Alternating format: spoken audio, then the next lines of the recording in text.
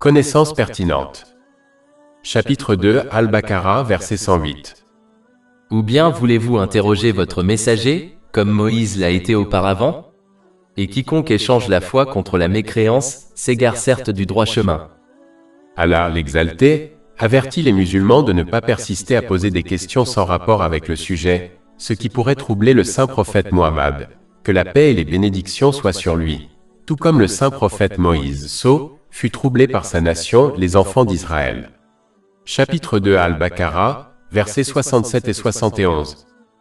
Et rappelez-vous quand Moïse dit à son peuple, « En vérité, Allah vous ordonne d'égorger une vache. » Ils dirent, « Vous moquez-vous de nous ?»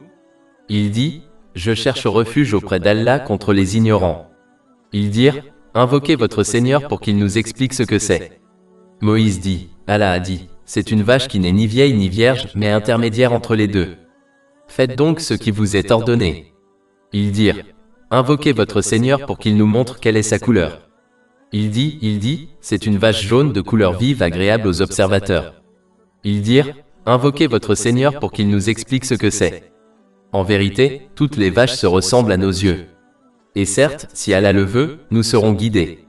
Il dit, c'est une vache qui n'est pas dressée pour labourer la terre ni pour irriguer les champs, elle est sans défaut et sans tache. Ils dirent, maintenant tu es venu avec la vérité. Ils l'égorgèrent donc, mais ils eurent du mal à le faire. Et chapitre 2 Al-Baqarah, verset 108.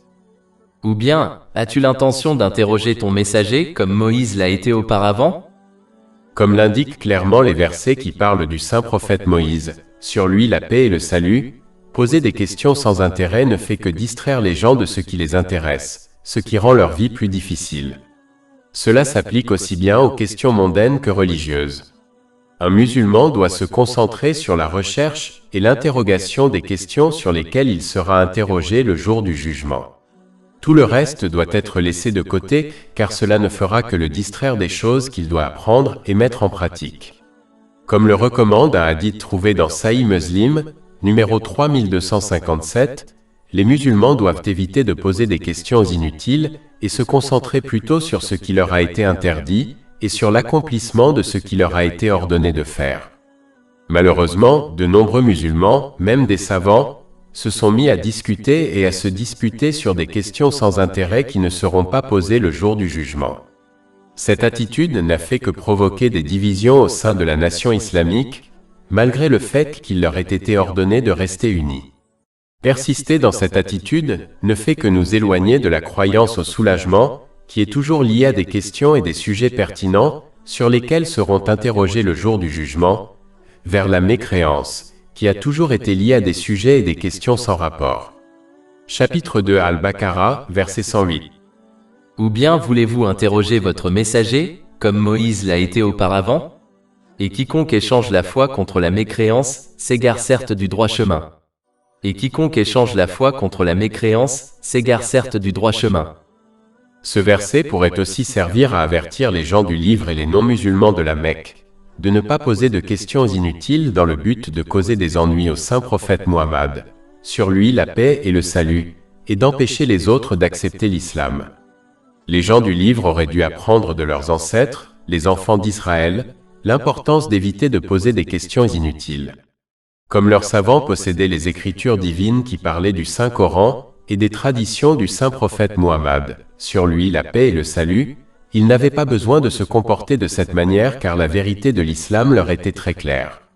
Chapitre 6 Al-An'am, verset 20. Ceux à qui nous avons donné le livre le reconnaissent, le Saint-Coran, comme ils reconnaissent leur propre fils. Et chapitre 2 Al-Baqarah, verset 146. Ceux à qui nous avons donné le livre le connaissent, le prophète Mohammed, que la paix et le salut soient sur lui, comme ils connaissent leurs propres enfants. Les non-musulmans de la Mecque ont vécu avec le saint prophète Mohammed, que la paix et les bénédictions soient sur lui, 40 ans avant qu'il n'annonce sa prophétie, et savaient donc qu'il n'était pas un menteur. Chapitre 10 Yunus, verset 16. Car, j'étais déjà demeuré parmi vous toute une vie auparavant. Alors, ne raisonnerez-vous pas? Et comme ils étaient des maîtres de la langue arabe, ils savaient que le Saint-Coran n'était pas la parole d'un être créé. Sinon il l'aurait facilement égalé dans sa capacité à guider les gens indépendamment de leur niveau de connaissance, de leur statut social, de l'époque dans laquelle ils vivaient, et dans sa capacité à résoudre tous les problèmes sociaux, personnels, financiers et politiques auxquels une personne ou une nation pourrait être confrontée. Chapitre 2 Al-Baqarah, verset 23. Et si vous doutez de ce que nous avons fait descendre sur notre serviteur, alors produisez une sourate pareille, et appelez vos témoins en dehors d'Allah, si vous êtes véridiques. Ceux qui poursuivent des choses futiles pour égarer les gens du livre et les non-musulmans de la Mecque loin de l'islam, n'ont fait qu'échanger la croyance qui leur était proposée contre la mécréance. Chapitre 2 Al-Baqarah, verset 108. Et quiconque échange la foi contre la mécréance, s'est certes égaré du droit chemin.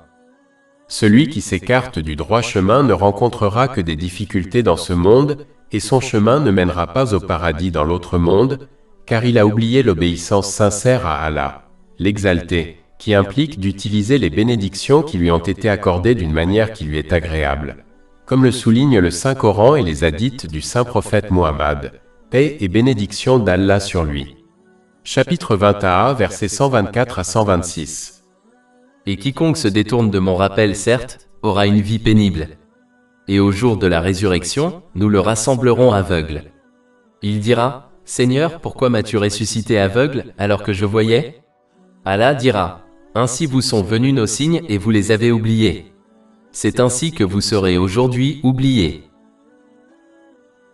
Plus de 400 livres électroniques, livres audio, infographies, podcasts et blogs gratuits disponibles sur notre site web www.chekpod.com.